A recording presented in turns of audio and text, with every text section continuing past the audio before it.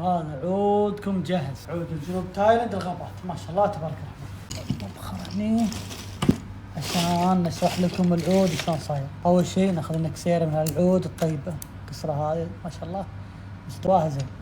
بناخذ عود من الكسره هذه، عطني فحمه كبيره يا شباب، عطني فحمه كبيره، ونبي كسره بعد من هذه ما شاء الله. ريحه جنوب تايلاند تجي نكهه، العود جنوب تايلاند يجي فيه نكهات، مو نكهه واحده، يجي فيه نكهه سبايسيه ونكهه سويتيه ونكهه زهوريه. حلو. طيب هل يا ابو علي الجنوب تايلاند لازم يكون نكهه واحده؟ لا مو لازم، لكن شلون ثبات يا ابو علي؟ جميع انواع الجنوب تايلاند تعد من اعلى انواع الثبات في العود.